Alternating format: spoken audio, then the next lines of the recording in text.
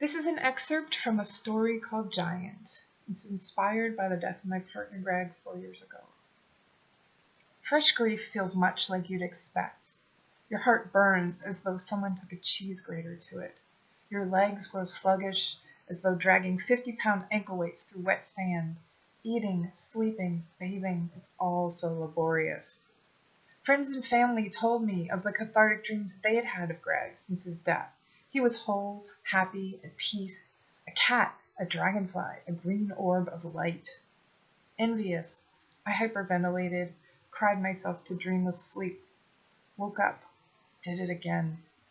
I started to wonder if death might be an improvement for me. That's when Greg appeared in my dreams. I can't do this without you, I told him. Yes, you can, he said. I can't. You can. We went back and forth like this until I noticed he had his head wedged through a wooden staircase railing, a low-tech portal between the dead and the living. This reminded me of a long-gone dog of ours who'd gotten his head stuck in a wrought iron fence, requiring rescue from the fire department. I started to laugh and tease Greg about the awkward way he was hunched forward so his neck and head fit through the mystery railing portal.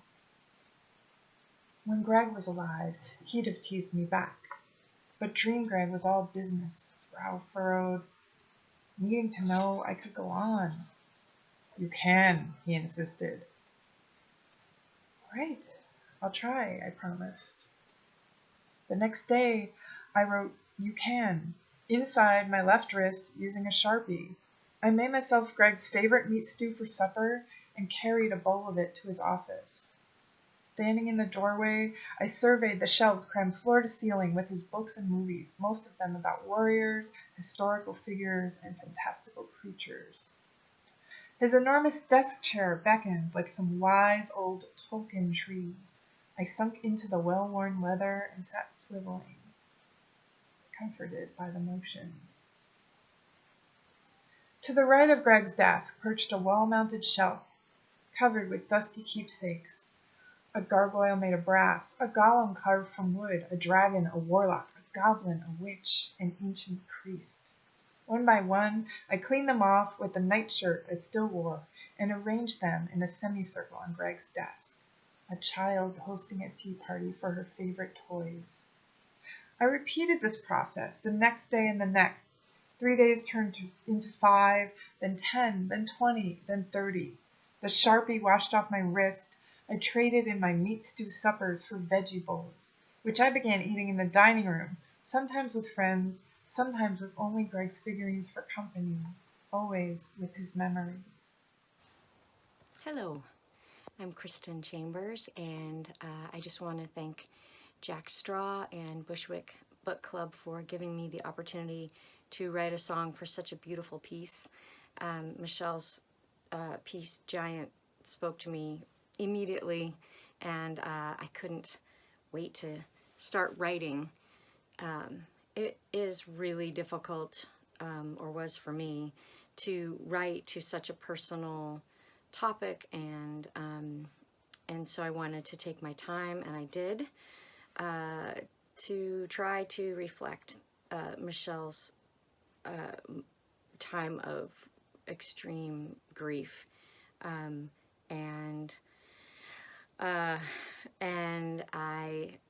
I'm hoping that I got there in this song. The song is about just that time where you feel like grief may never end, and maybe you want to stay in that space because it also is connecting you to the person that you lost. So I hope you like my song, Giant. Thank you.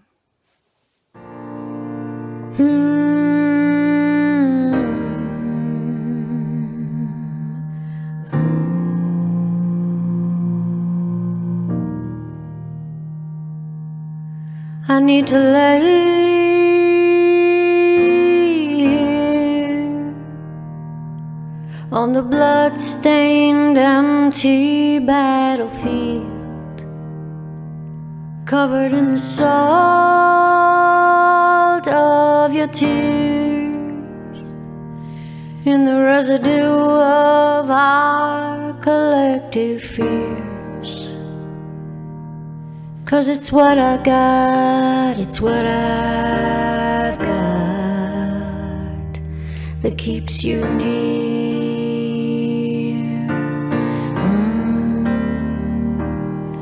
I need to stay undone, sedated, shut away while the world spirals on. Try to memorize your eyes, your hair, until every detail is completely clear. So I'll remember right when I'm on in years.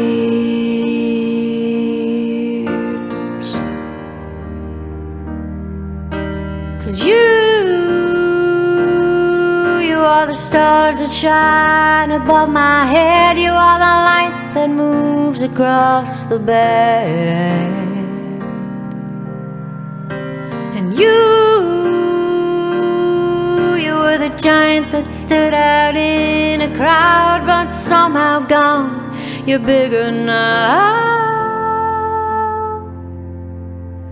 So go easy on me, dear, while I lay here.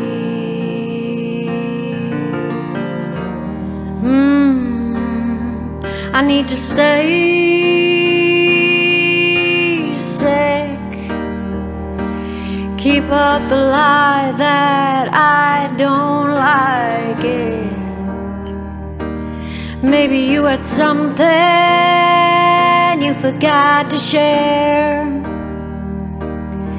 If you deliver it, I'll be right here. 'Cause I'd give anything to feel you near.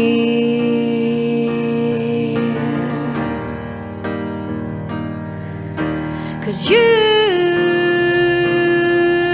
are the stars that shine above my head. You are the light that moves across the bed. And you were my giant that stood out in a crowd, but somehow gone. You're bigger now. So go easy on me, dear, while I lay here.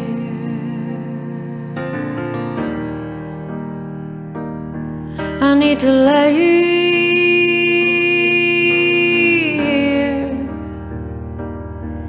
I need to lay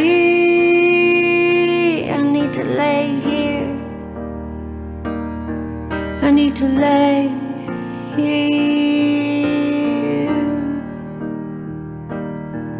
I need to lay here. I need to lay here.